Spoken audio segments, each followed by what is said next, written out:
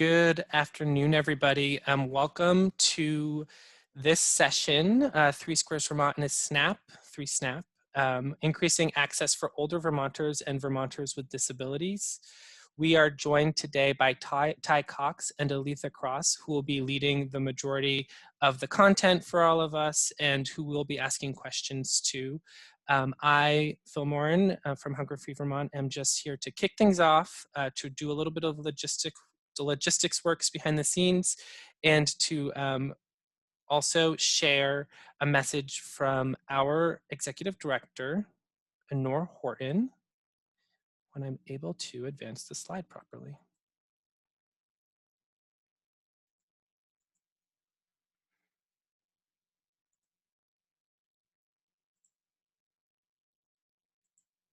Okay.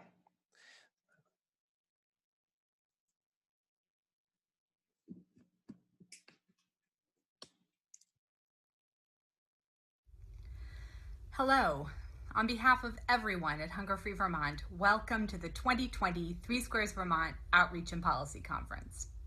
We really wish we could all be with you in person today, but let's be connected anyway from wherever we are in Vermont.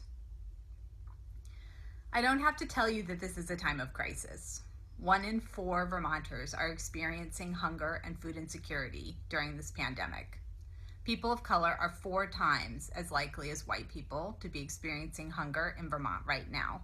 Women are twice as likely to be experiencing hunger as are men. And households with young children are also twice as likely to be experiencing hunger in Vermont right now than households without young children. We're all here today because we're committed to reducing the suffering and harm of hunger. We're looking ahead to what we know is going to be a really tough winter. And we know that when all the food box and restaurant meal programs have expired, 3 Squares Vermont is the stable foundation of food security for so many people in our state.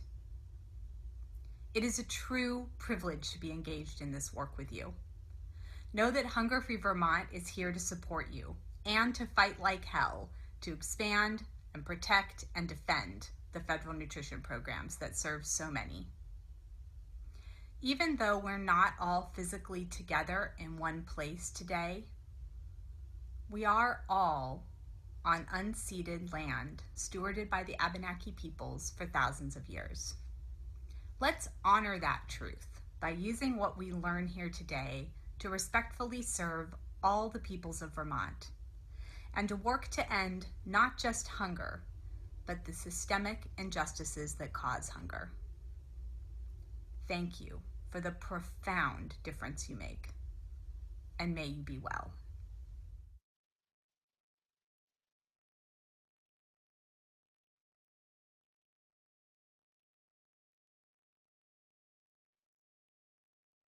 Can't hear you, Phil. Oh, I just said thank you so much, Honor, if you happen to be on the call today, for recording that video and offering to share that information and your thoughts with us. So one thing I forgot to mention is if you all don't mind popping, similar to our other sessions, your name and the organization you work with into our chat bar so that we can have a good idea of who joined what session. We would really appreciate that. It's been wonderful to see who's part of this. And otherwise, what I will do next is I'm going to stop sharing my screen and turn things over to Ty and Aletha, and we can go from there. Perfect. Thanks, Phil. I'm getting ready to pull mine up now. All goes well. You will see it soon.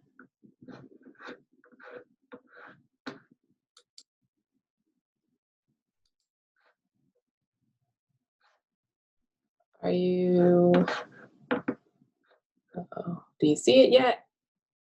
All right, thanks, Alika. Perfect. All right, I know we already had a question in the chat about audio, so I don't know if we want to get to that. I couldn't answer it. But either way, so welcome. I'll see if one of my co-host can help with that. But welcome to 3 Squares Vermont in a Snap, or 3SNAP session.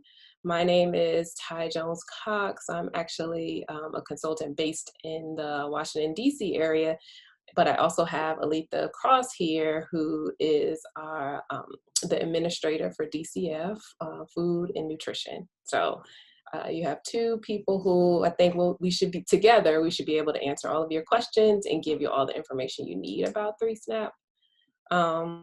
So I knew I had this slide, and so although we say there's two ways to connect, there's one via phone and via computer, I'm not sure if we have the information on how you can do it through phone, but there otherwise would be two ways to connect. For how to ask questions, there is a at the bottom of your screen, there's the Q&A as well as the chat, and we just are asking if you have a question during the presentation, go ahead and put it in there. We'll take a few pauses to see, make sure we're not leaving anyone behind, and then of course at the end of the presentation we'll have time for questions. Our goal in having people put it in the Q&A is so that if there are any questions that we don't get to, we have a record of it and we're able to follow up directly. So if you could put your questions in the Q&A, that'll be perfect.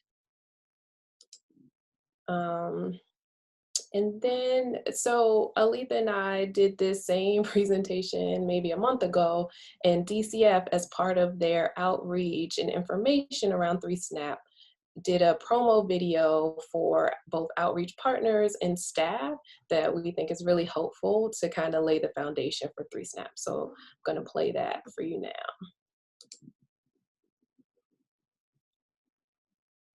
Welcome to this overview training of 3 Squares Vermont in a Snap. 3SNAP. Glossary. ESAP. Federal name for the Elderly Simplified Application Project. 3SNAP, the acronym for Vermont's ESAP program, which stands for 3 Squares Vermont in a Snap. ECP Fuel, extended certification period for fuel, the 36 months of fuel certification that accompanies a 3SNAP household. Who is this program for?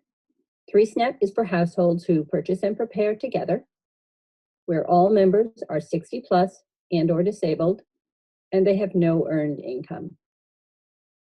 What are the benefits of the program? There will be a dedicated eligibility specialist in each district. There will be a simplified application for 3SNAP and ECP Fuel. The certification period is 36 months for 3SNAP and ECP Fuel. There is no interim report for 3SNAP and Fuel. No interview required at recertification, 3SNAP and Fuel. Relaxed verification requirements for 3SNAP. Fuel verification requirements remain the same. Why are we doing this? We are simplifying the process for this population. 3 Squares Vermont in a Snap will make it easier for roughly half of our customers to apply for and continue to receive food and fuel benefits. When will 3 Squares Vermont in a Snap go into effect? The program is scheduled to roll out on October 1st, 2020. Where will there be changes? Each district will start with one dedicated eligibility worker assigned to these cases. There will be a new application and review for this program, 202 3SNAP and 202 3SNAP Review. There will be changes to some access screens with new fields on Stat Header, Case-D, and Case-D Hist. There will be changes in OnBase. New buckets will be added for 3SNAP and expedited 3SNAP. Some new notices will go out for this population. While change reporting requirements are different for 3SNAP, they have not changed for 3 Squares Vermont or Fuel. In addition, starting on 10/1, an updated IR will roll out with fuel language removed. What's next? Further 3Squares Vermont in a SNAP trainings for eligibility staff with the opportunity to ask questions will take place in August and September.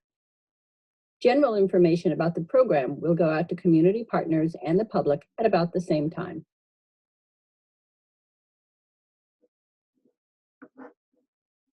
Okay. So as you can see, Welcome to this overview training of three. There we go. As you can see, that video was before the launch, which was October 1st. And so it was around the beginning of August that we first did this webinar, and there have been additional trainings. And then now we're doing this webinar for our partners here. I didn't get to introduce myself completely, but I don't think it's as important. But like I said, I am a policy consultant. I've worked on ESAP for quite a while and worked on SNAP. I started off as a legal aid attorney in Virginia. I met Aletha like years ago, maybe 2 organizations prior to where I work now.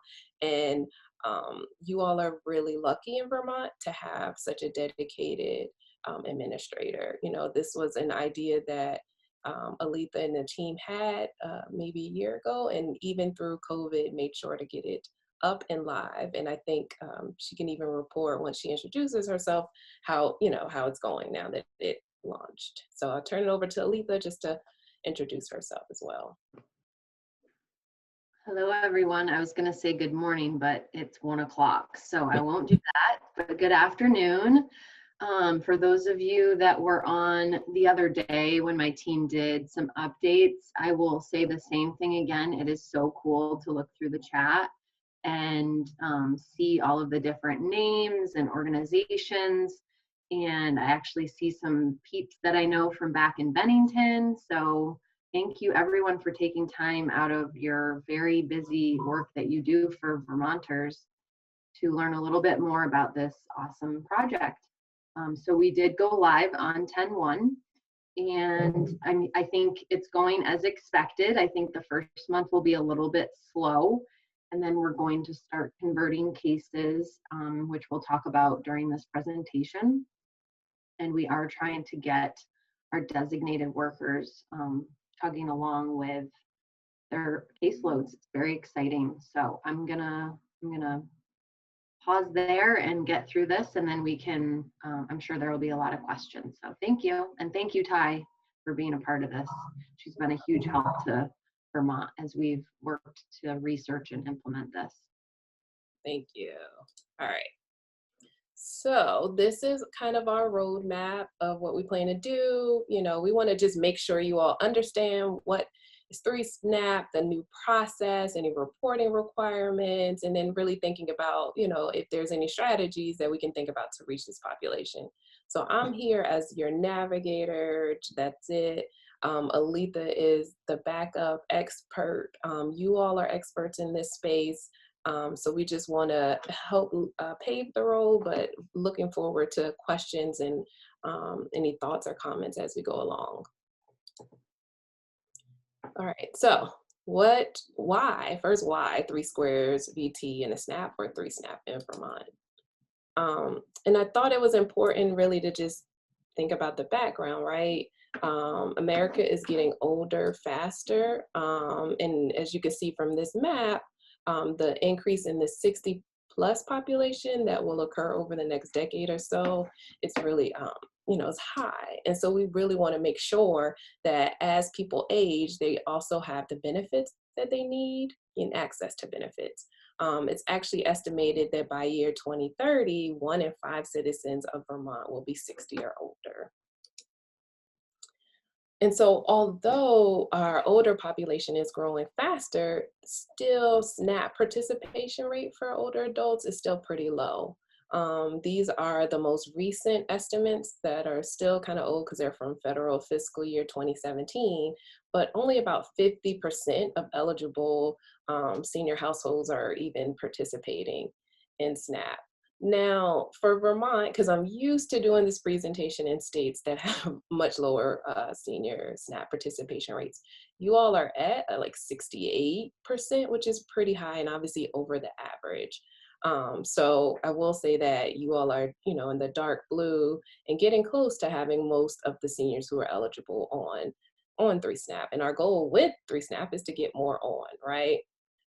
And so when writing and doing the waiver, DCF estimated that there were about 22,000 60 plus Vermonters who are currently eligible but not receiving 3Squares that could be eligible. So the goal is to help, you know, streamline the process, make it easier to help connect those last, you know, few older adults in Vermont who are eligible but not on. And another piece that Vermont has is that they also have a demonstration project called the Standard Medical Deduction, which also streamlines kind of verifications for this population. So, you know, we believe, and Vermont believes, like with these combined efforts of 3SNAP, SMD, targeted outreach, which is a piece of making sure that all our community partners know about it, that we will increase senior participation in SNAP in Vermont, as well as kind of decrease any churn where people fall off, and also just, you know, free up a little bit of the resources for the DCF team too. And so for everyone who's new to ESAP, and ESAP is what it's called in most other states, right? Vermont, you all are special. You like to have different names, 3Squares, Vermont, and you aren't the only ones, because I actually was on the call with California, they're Cal Fresh, Medi-Cal. So you all aren't the only ones, but otherwise it's called ESAP. And so here, this chart is just to show you how ESAP looks in different states, because essentially ESAP is just the state asking for waivers for certain rules under the SNAP program. And so states, you know, take on different pieces of ESAP. And so in general, most states take the 36-month certification period, the waiver of the recertification interview, they simplify verification. Those are kind of the three really big main components of ESAP that everyone takes, which we will discuss soon. Some states have a central processing unit, right, where they'll have a dedicated unit that's just for the older adult population. They may create a shortened application, they waive the interim report, and then they may combine it with other waivers that are specific to this population. So as you can see, Vermont has taken on all of the options. And with regards to the central processing unit, instead of that, they're going to have a dedicated worker in each of the district offices. So Vermont is definitely set up for success. And our goal of making sure everyone knows about it is that we are able to, you know, once we, or as we hit the ground running, we can make sure that this is rolled out and we get people on. So that's that. And this probably even needs to be updated more because there's been more states that are actually taking on ESAP. So switching, do you think we have any questions yet, Aletha, or just keep moving for now? Yeah, I don't think so. Okay. I don't see anything in the Q&A, so I think we're good to keep going. All right, just want to make sure everyone's with me and I'm not talking too fast. I'm like always steeped in SNAP policy. So the application process and eligibility determination, let's talk about that. So essentially there's two kind of, you know, rules for 3SNAP. You must be 60 plus and or disabled. That's all that's in the household, and there's no earned income, right? Pretty simple, we think. Then Vermont did create a more simple application. And so this is the new application form. It's the 202 3SNAP. I'll give you a few minutes to look at it, but you know, it's online now if you need to download it or you want to get a closer look. And you'll see on the application that it actually does allow applicants to apply for both 3SNAP and 3Squares Vermont fuel assistance. And in our prior webinar, we talked about fuel assistance, and we won't do it here, but just know that if you do have questions, you can submit them later, but that this kind of streamlining the process for this population to apply for both programs. So Ty, if I can just address a question that someone just shared again that had come in earlier, and then an additional question. So this application is not actually online yet, similar to our regular 3Squares Vermont application. It will be eventually. Okay. But there is a fillable version, which I can share the link where you can get to that. And there is a really great section on our DCF page where it stores all of our information about 3Squares Vermont in a snap.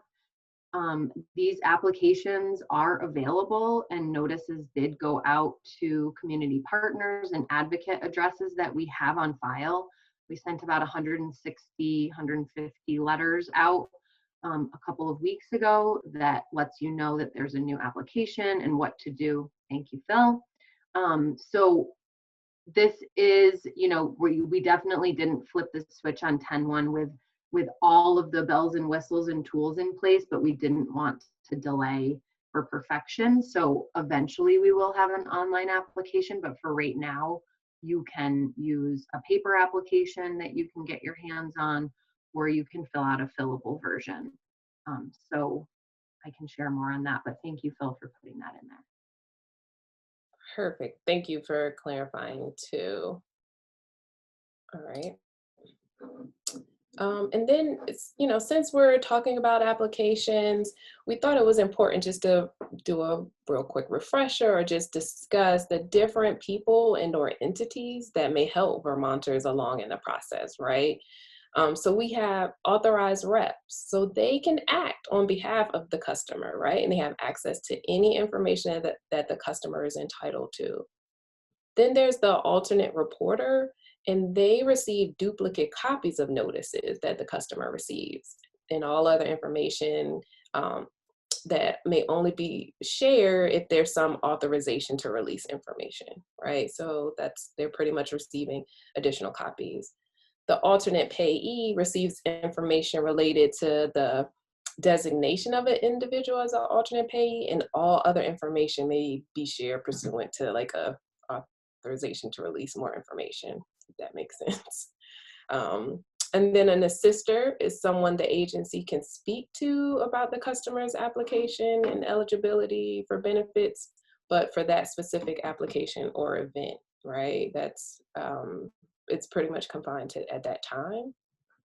Same thing for a point in time call. If the customer calls or is present at the agency and they give verbal permission for the agency to talk to someone about their case with this named person, then it's allowed for that moment.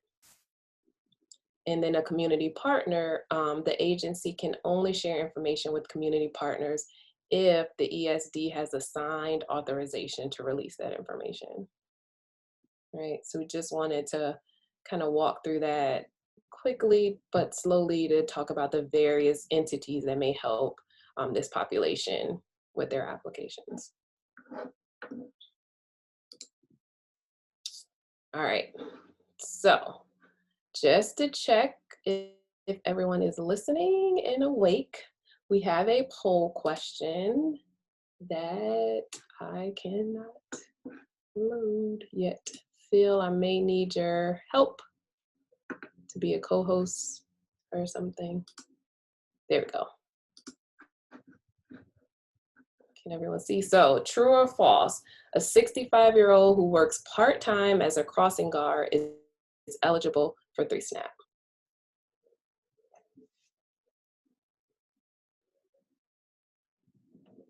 Give everyone time to vote.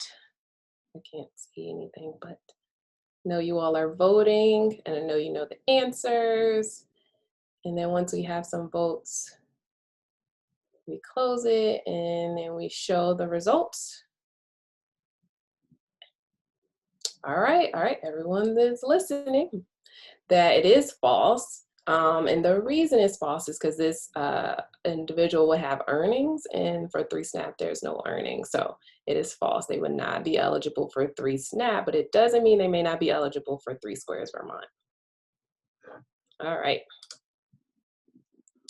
So next, we want to just kind of talk about how someone is going to get on 3SNAP, right? So as Alita said, they went live on October 1st, but there's a process and kind of a flow of when everyone is getting on. So for the current 3Squares Vermont households who will be converted into 3SNAP, if they meet the eligibility requirements for the process, they can be converted at their interim report or at their next recertification, right? So there's current 3SquaresVT households who are 60 plus, right, and they have no earned income, and they're going to get into 3SNAP, but either at interim report or at recert.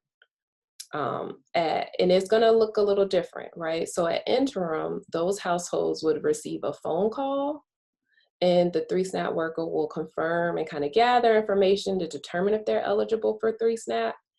And then if they are, they're in.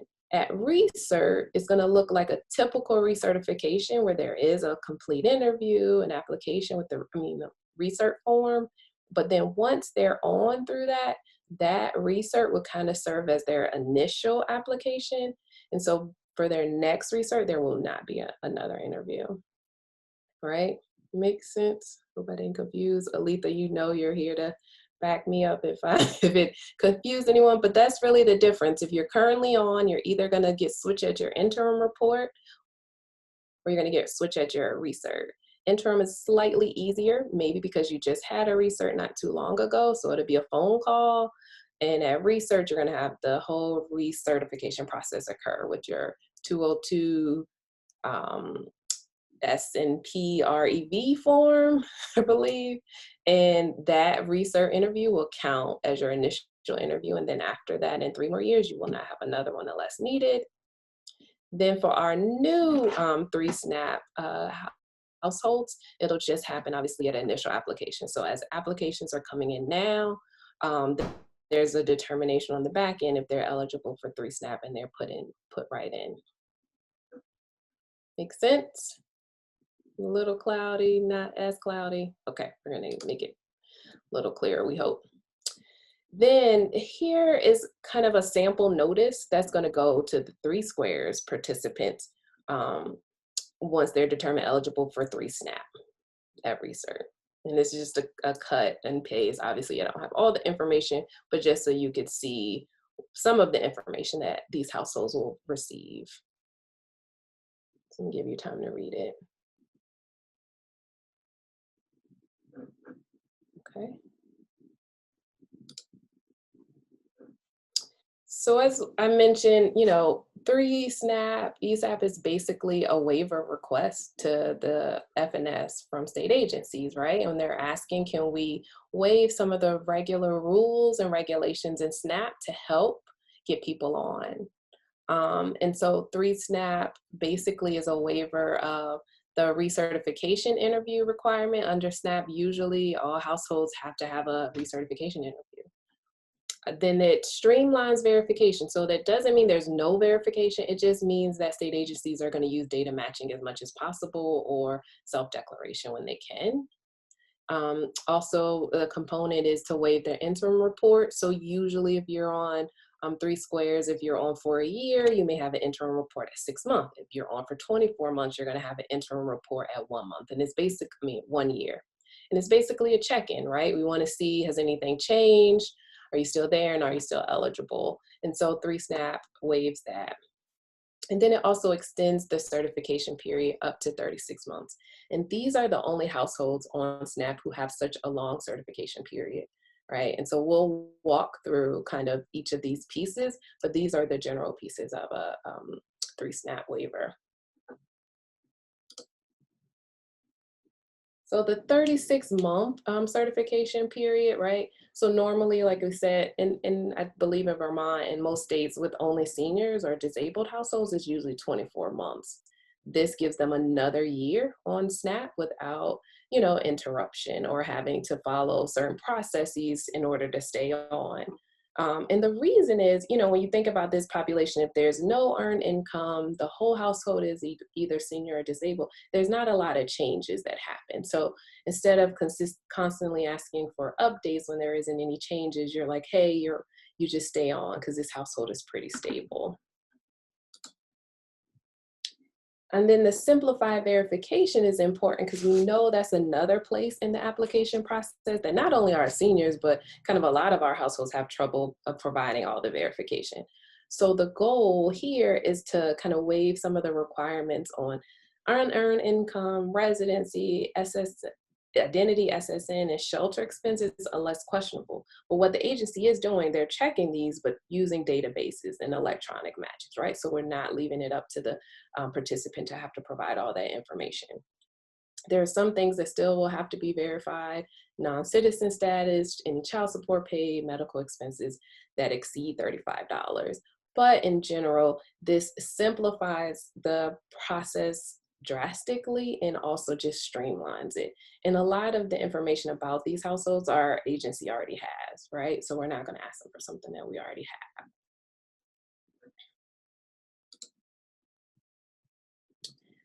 And then the WAVE interim report, so same, if you're on for a year, at 6 months, you have an interim report where you're basically showing or discussing making sure that you're still eligible.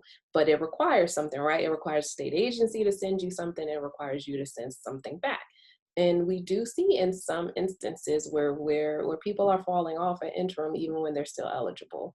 So the waiver of the interim for this population that probably doesn't have a lot of changes is important because we're decreasing the points in time where we may lose these households. So we're keeping them on and not requiring them to submit a form at interim, and then just kind of keeping it where they do have some changes they have to report, but they don't have this form that they have to do. And it would be pretty much at a year with this, with the 36-month certification period. I was gonna pause. We have a poll question anyway, but before we get to the poll question, I wanted to see, were there any pressing questions you think, Aletha, we should go over just yet? No, there was one question that came in the chat that I answered. Okay. But I haven't seen anything else, so I think we're doing good. All right. So we have our next poll question to make sure everyone is still with us. Phil, if you could help me one more time. Okay, so 3SNAP households will have a blank certification period: 12-month, 36-month, or 24 months.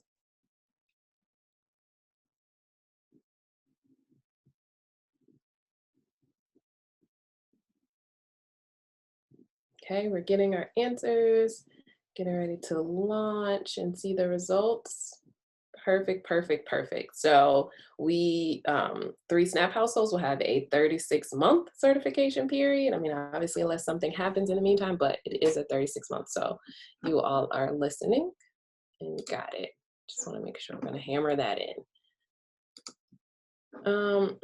And so then the recertification interview, so this happens, with regular 3Squares Vermont. At the end of your current certification period, you fill out a recertification form and you have an interview. What 3SNAP does is it gets rid of that recertification interview, right? And the reason is we know it's still another point where we may lose people. So for Vermont, they're going to conduct, that initial interview for any households that are applying for 3SNAP and are under, or applying for 3Squares, but under 3 and end up in 3SNAP. But then at recert, they'll only conduct an interview in the following situations. So prior to closing or denying a 3SNAP recert, so if, at recertification, the households report some information that may make it appear that maybe they're not eligible for 3SNAP and or 3Squares anymore, before denying their case, there will be an interview with the household. Another way they'll have an interview is if information supplied by the household or the authorized rep is questionable, kind of incomplete or contradictory, then they'll schedule an interview. And that's just to hey, let's talk about this, make sure we have all the right information. Another way is if the ESAP or 3SNAP household asks for an interview. So if the household says, hey, I want to talk to someone about, my case, then they'll get an interview. So those are the 3 times where there'll probably be a recertification interview for these households. And it's really clear that DCF is not going to deny an ESAP recert without first attempting to schedule this interview. So we've had a couple of questions come in, so I'll just pause for a minute. Rebecca, if you want to send me an email, I can connect you with getting some applications sent to you. I think that's what you're asking about, paper forms. And I can make sure you get my email.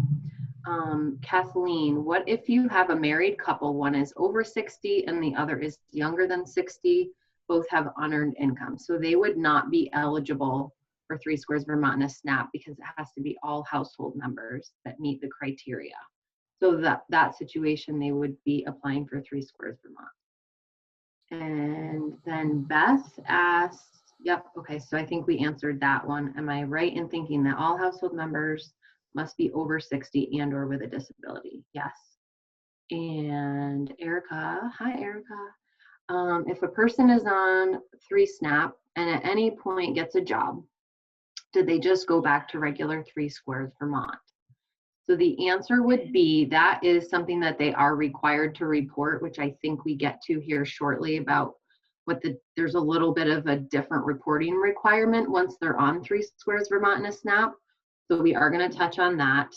And if they were still eligible once they reported that income, DCF would just transition them right to 3Squares Vermont. There would be no additional paperwork or interview or anything. Also, does DCF have any restrictions getting the word out about the program because of the SNAP promotion rule? I mean, we've pretty much been sharing. We did a webinar about a month ago. We were sharing in this way. We've done a press release. We've done Front Porch Forum, Vermont Digger. So I think folks are, I think the word is getting out. So I think we're okay with that. Do you have anything else that's popped up? And I can answer too towards the SNAP outreach and promotion, just because I've worked with a lot of states on this, and also I remember when the regs became final. This is kind of like general outreach. Is not like pushy someone to apply or trying to convince. It's literally just the simple outreach of letting people know this is available. These are the types of programs. This is the policy for these this population, versus the kind of more, and especially what they were really concerned about. Sometimes people are paying people to apply or paying people to help people apply. And this is really under the just kind of general outreach about 3SNAP, 3Squares, and who it applies to and how you can get on. Thank you, Ty. A couple more questions. Laura asked, when we talk about income, does that exclude Social Security income? So when we talk about income that would make someone ineligible for 3Squares Vermont and a SNAP, we're talking about earned income. So self-employment, collecting wages from a job.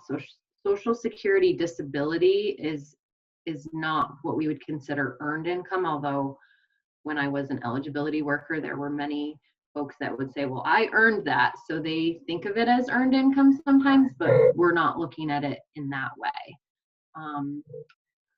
Michelle, if a spouse passes away, how quickly does the change go through, such as lower income, which may affect the benefit? So I'll just try to walk through an example. If we had a 2-person household and one of the spouses passed away, which is a reality with this population, they would want to report that to us. We do have it's called a death match, but it's not always super timely. So in order to get that to us sooner, and you know, you potentially could end up with a similar benefit for a household of 1 compared to a household of 2, depending on what the income looked like. So that happens as quickly as it's reported to our workers, and they make the change immediately. So I think we're caught up. Okay. All right. So staying with our kind of research, so what will this look like? And this is all in theory, right? We won't have anyone in Vermont who's going to go through this for a few years, but this is what it should look like, right? They're going to receive their recertification form, which was the 202 3SNAP REV. They're going to complete and return the form. There's no interview unless needed, right? Or requested, or if the information is contradictory, incomplete. There will be a decision made And then if they're approved, they're going to start that whole 36-month certification period again. So that's kind of what we're thinking it'll look like. And so it's just really simple and we hope seamless for this population. So while we have that circle and it'll continue, there are some places where during that 36 months, a household does have to report changes, right?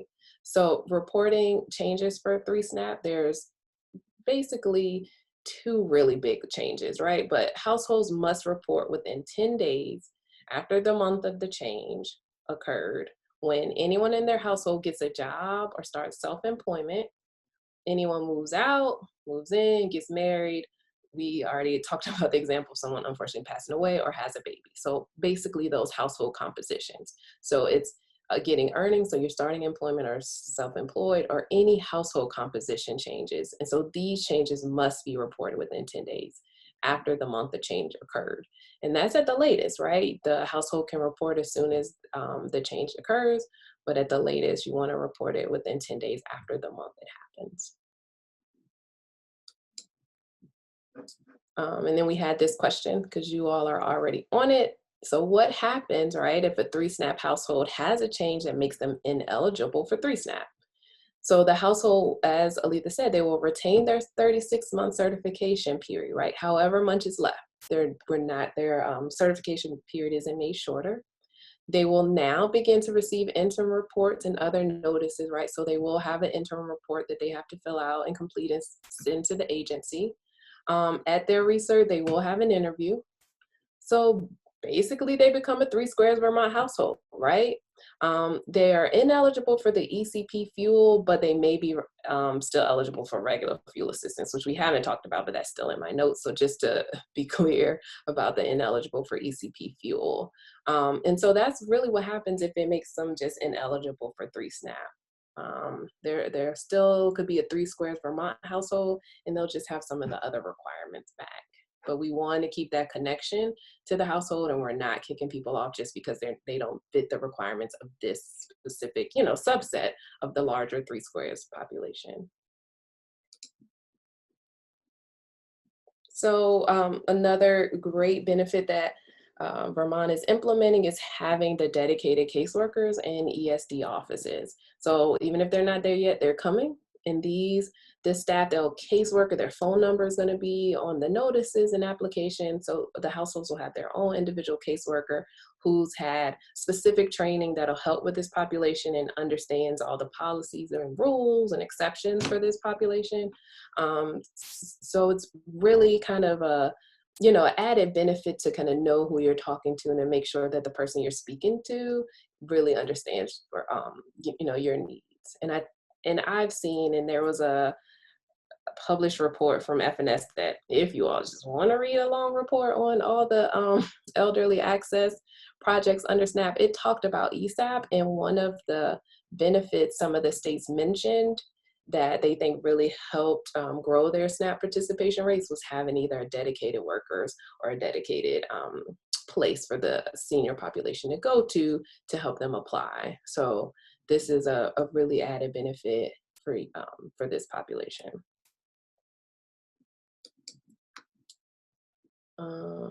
We have questions before we do the poll.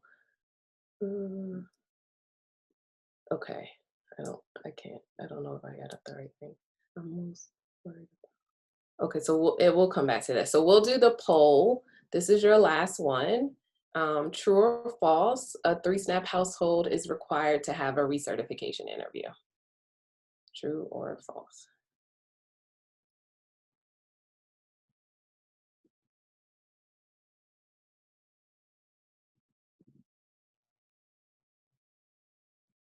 Okay. Let's see. All right.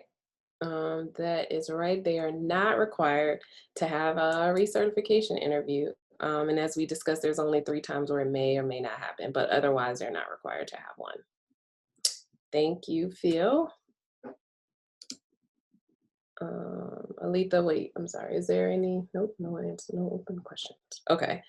So here, the 60 plus population, my job right before coming to becoming a consultant was at AARP Foundation, which, you know, is the charitable affiliate to AARP, and obviously our main focus was on the 50 plus population.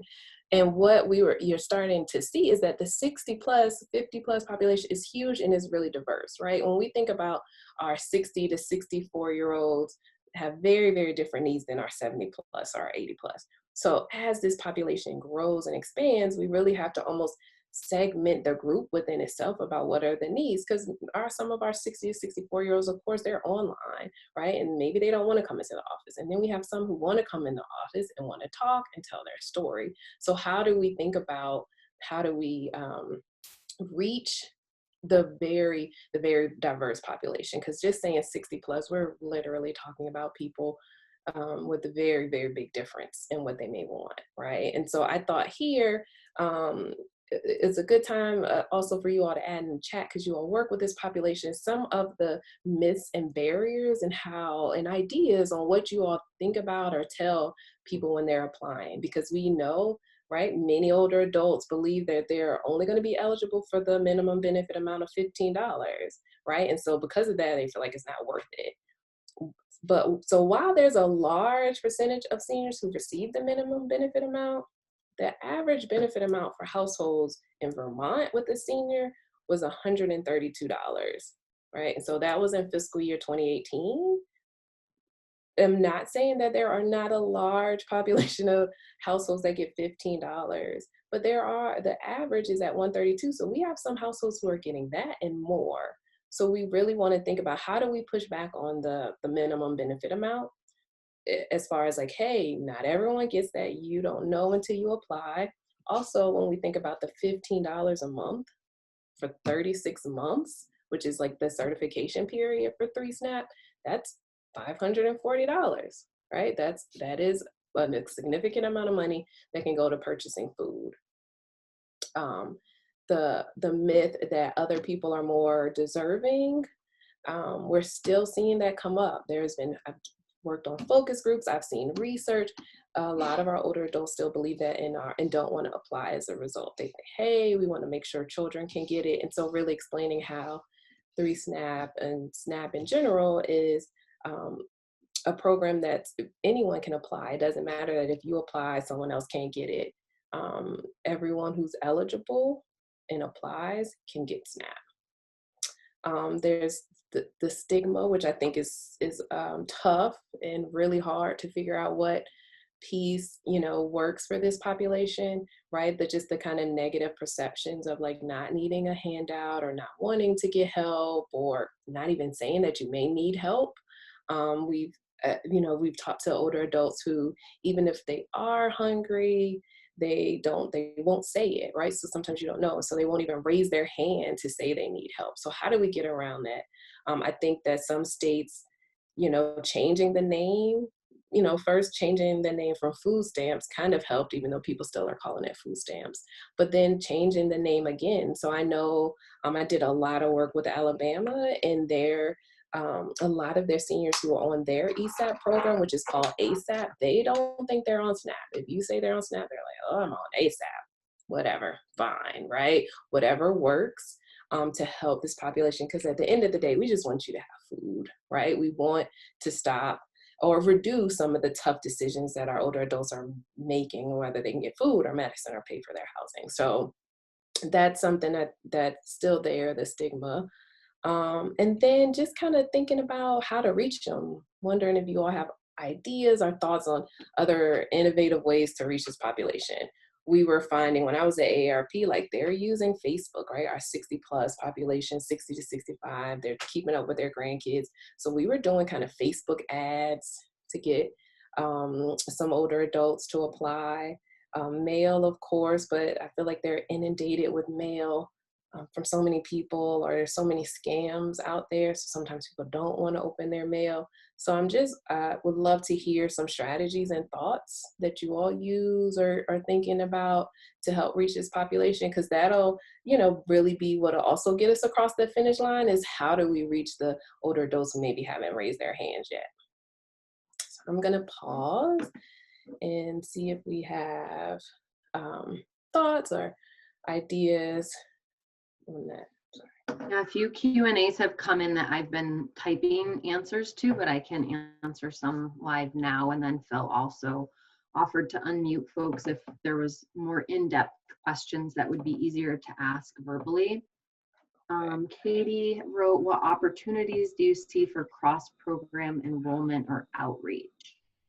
That would be one that I would love to have Katie unmute, or Phil, if you could unmute her so that I could ask some more questions to be sure I fully understand the question, if Katie's willing to talk out loud about that one.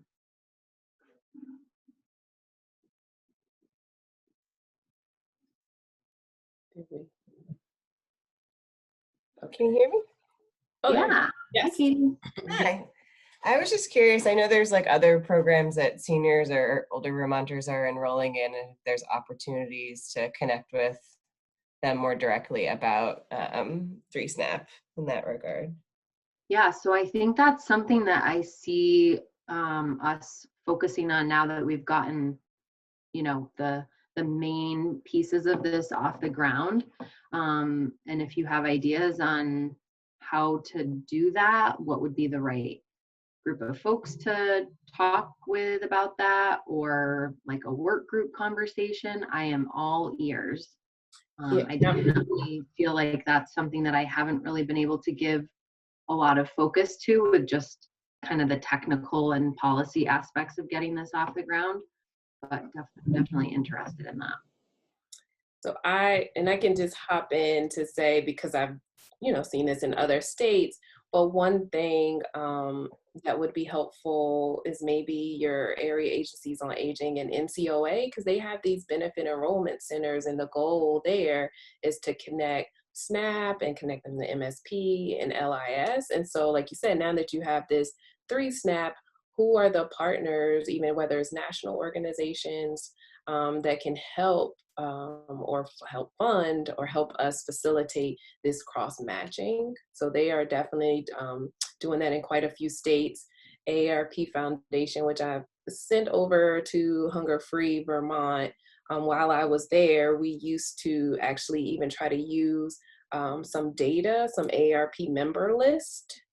And because the AARP has information on everybody, even if you're not 50, I want you to know they already have it. And so they're able to kind of look at income and then do targeted outreach to some of their members who reached, kind of the income threshold, and then had them referred to a specific organization to do application assistance. So the goal was that, hey, you using this trusted partner like a AARP, where seniors may open the letter, and then we're pushing them off to another trusted partner in their state that can help them apply. And these just might be the households who haven't raised their hands yet. So I think you all have a lot of opportunities with looking at some senior organizations, and also even thinking about partnering with your Department of Aging on strategies to use other entities to reach this population. Thanks, Ty. Mary Beth, I see your suggestion about having RAT cards, and that is another idea that I'll write down here. And there was another idea for a front porch forum ad. So those are both great suggestions. Can we submit the 3Squares Vermont in a SNAP application in the uploader? So this is something that I should know, but I don't know it off the top of my head. If you can submit a regular application in the uploader, you can submit a 3Squares Vermont in a SNAP application in the uploader. And I can find out for certain and do a follow-up on that. Right, and we had other suggestions in the chat kind of about other trusted organizations like our Rotaries and Kiwanis, I know I'm pronouncing it wrong. Town halls, local newspaper, so just trying to make it targeted and finding, it's kind of going sometimes where they are, or also just like we said, for the ones who haven't raised their hand and maybe they don't know. So even for the flyers, it was you know, kind of simple, like just kind of your state has made it a little bit easier. I don't know if you want to apply. We don't know if you're on, but give us a call, kind of, or not too forceful language, not too detailed, right? Not trying to say if you call us, you'll get X amount of money, just really kind of a general letter. And it kind of made people say, hey, let me, you know, give them a call. So in some states, which while I was still at AARP, we were only in the states that had ESAP. We were getting a lot of calls. Like people were calling the partner who we were provided grants to say, hey, AARP told me to call, right? And they were like, what is this new program, or what is this? And we were actually getting people on who hadn't thought about it before. So I think there's a lot of room here. Yeah, and I'm hoping this will just gain momentum. And I think living in a small state like Vermont, you know, as soon as we get some folks on and they start talking about it, word of mouth is huge. And we have an amazing advocacy and outreach community, as we can see from this call. So I have no doubt that this will take off. And even just the conversion of folks that are already active on 3Squares Vermont that will end up on 3Squares Vermont in a snap without even having to do anything will help them. So Yes, definitely. So any other questions, thoughts? Hope this was helpful.